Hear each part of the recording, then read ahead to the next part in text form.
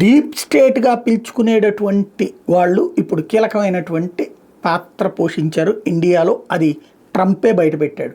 ₹1,00,00,000 డబ్బులు వెదజల్లి భారతదేశంలో మోడీని దెబ్బకొట్టడానికి 4-5 రకాలు. ఒకటి ఖలిస్తానీలను రెచ్చగొట్టారు, రైతుల పేరుతో ఉద్యమాలు రెచ్చగొట్టారు. మరొక వైపున కులాన్ని, మతాన్ని, వర్గాన్ని, వర్ణాన్ని అన్నీ తీసుకొచ్చారు. కాంగ్రెస్ పార్టీ దాంతో లబ్ధి పొందాలనుకుంది.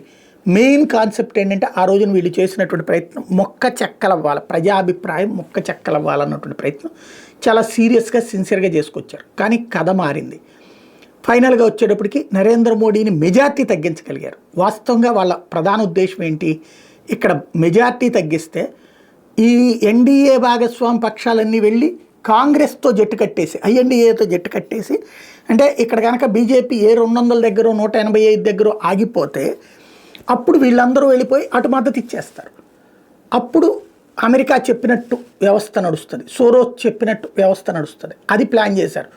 బట్ చివరిలో మేల్కొని భారతీయ జనతా పార్టీ ఇక్కడ తెలుగుదేశంతో, అక్కడ కర్ణాటకలో జేడీఎస్తో పొత్తు పెట్టుకోవడం, జేడీయూతో సంబంధాలు కంటిన్యూ చేయటం, దాని ఇంపాక్ట్ విజయం ఘనంగా సాధ్యమైంది.